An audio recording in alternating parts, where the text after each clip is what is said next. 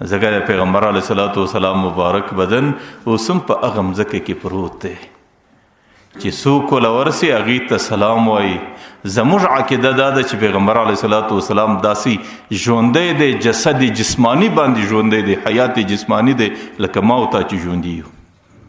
او پیغمبر علیه الصلاة والسلام ته چې د هر امتی سلام ورسیږي نو پیغمبر علیه الصلاة والسلام په خپله خوله مبارکه د هغې امتي جواب ورکوي. او د قیامت میدان کې به پیغمبر علیه الصلاة والسلام هغې راپورته کیږي او بیا به د خپل امت شفاعت کوي. لکه یو شاعر وایي ان نلت یا ریح الصبا یوما الى ارض الحرم، ای باد صبا که د یو ورځ د حرم ځکې ته ځان ورساوی او د حرم د مځکې ملاقات الله تعالی در نصیب که ای باد صبا. نو بلغ سلامي روضة فيها النبي المحترم، زموږ سلام به هغه نبی دا هغه روضې ته ورسوي چې په کومه روضه کې نبی محترم پروت دی. در قیامته پورې چې څومره انسانان ورځي هغه نبی ته سلام وایي، هغه نبی د هغې د سلام جواب په خپله خوله باندې ورکوي. او چې څومره انسانان د هغه نبی سره د شفاعت تمنا وغواړي چې د الله نبی د الله حضور ته زما شفاعت وکړه، نو بیا هغه نبی در قیامته پورې د انسانانو شفاعت، د ګناهونو د مغفرت شفاعت هغې د الله تعالی و حضور ته پیښوي. محمد ابن عبید الله العتبی هغه یو حکایت را نقل کوي، مولانا زکریا رحمت الله علیه فضائل حج کې را نقل کړی دی.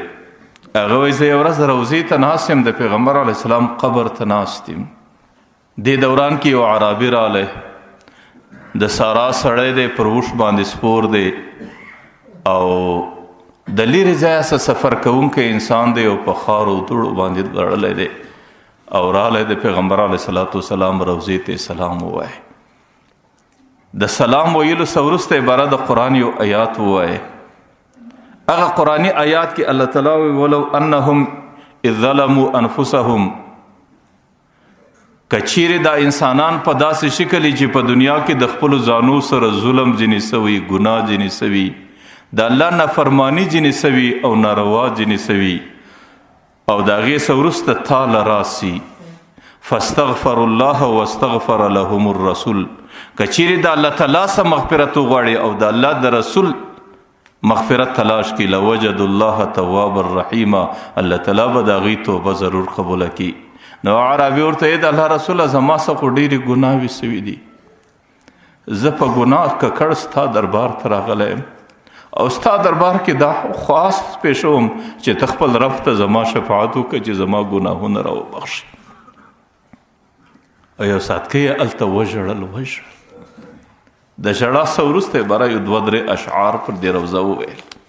حاجان صاحبان چې کله روضې له ورسي چې کومه د سلام جالۍ د در اوسه پورې پر دې پلرانو باندې 1400 کاله بعد هم هغه اشعار لیکلي دي.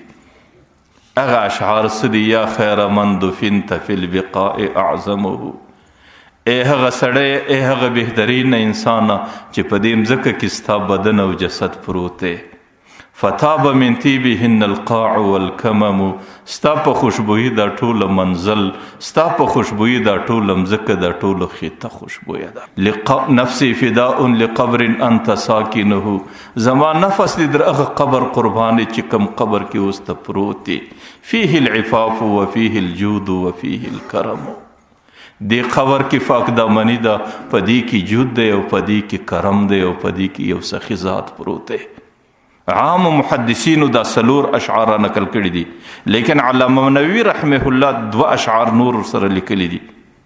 هغه وایي دا یې ویل انت شفیع الذي ترجى شفاعته، ته هغه ذات چې خلق ټوله انسانیت ستا د شفاعت تمه لري. علی الصراط ما زلت القدم، چې کله انسانان پر پل صراط باندې اوړي د انسانانو پښې بلګوي او شویږي. وصاحباک لا انساهما ابدا، ستا چې 2 ملګري دي هغه زه نسم هیرولی. مني علیکم السلام، علیکم السلام ما جرت القلم، زما د طرفه دي پر تاسو باندې سلام چې در څو پورې قلم چلیږي او ژبه چلیږي. محمد ابن عبید الله العتبی وایي هغه اعرابي په ژړا کې د څو اشعار وویل، د هغې څه وروسته باره رخصت واخیستی، د قبر سره روان چې کله د قبر سره روان سلو نو ما باندې یو دم د خوب غلبه رااله. زه هغه قبر ته ناست یم، وظیفه کوم، په دې وظیفه کې بیده سو. د وظیفه کې په خوب کې یو دم پیغمبر علیه الصلاة والسلام راته ښکاره سو. ما ته وایي عتبي ورمنډه که هغه عربي ته زیری ورکړه چې ستا د شفاعت سوال ما خپل رب ته پیش کړي او زما رب ستا د شفاعت سوال قبول کړي. الله تعالی ته د ګناهو څه بس وبخښلې چې څومره ګناهونو د هغو ټولو څه مغفرت الله درته نصیب کړي. زه دا وایم چې پیغمبر علیه الصلاة والسلام ډېر عظیم رحمت د انسانیت دپاره. د پیغمبر علیه الصلاة والسلام رحمت د عام دنیا کې به همي، قیامت کې به همي. د پیغمبر علیه الصلاة والسلام شفاعت به د دې امت د قیامت په میدان کې اصلي شفاعتي او دنیا کې پیغمبر علیه الصلاة والسلام ته که څوک د شفاعت غوښتنه وکړي هغوی د خپل امتي د شفاعت د غوښتنې سوال خپل رب ته پیشوي او د هغې سوال الله تعالی نه ردوي. نو موږ او ستاسو څه ورځې څو جمعې د پیغمبر علیه الصلاة والسلام د سیرت په تسلسل کې تیرې سوې، د هجرته پورې راورسېدو. خو لیکن زه دا وایم چې غالبا د قسمت خبرې دي، د نصیب خبرې دي. زما به غالبا دی جمعه کې د ننه د پیغمبر علیه الصلاة والسلام د روضې ملاقاتي او زما به د عمرې سفرې. نو زه به ستاسو سره دا وعده وکړم چې زه به د پیغمبر علیه الصلاة والسلام روضې ته ستاسو د ټولو سلام وایم.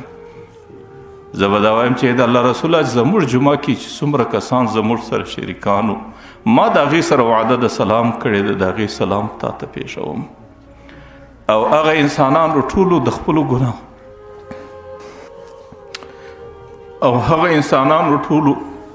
د خپلو ګناهونو د مغفرت شفاعت غوښتی. ته زموږ د دې ملګرو شفاعت د مغفرت د خپل رب و حضور ته پیش کا او انشاءالله زه به تاسو ته دعاګانې کوم، تاسو به ما ته دعاګانې کوئ. دې سلسله کې به یې 2 جمعې خامخا تعطیل راځي او 3مه جمعه به انشاءالله زموږ د سیرت بیا تسلسل رواني.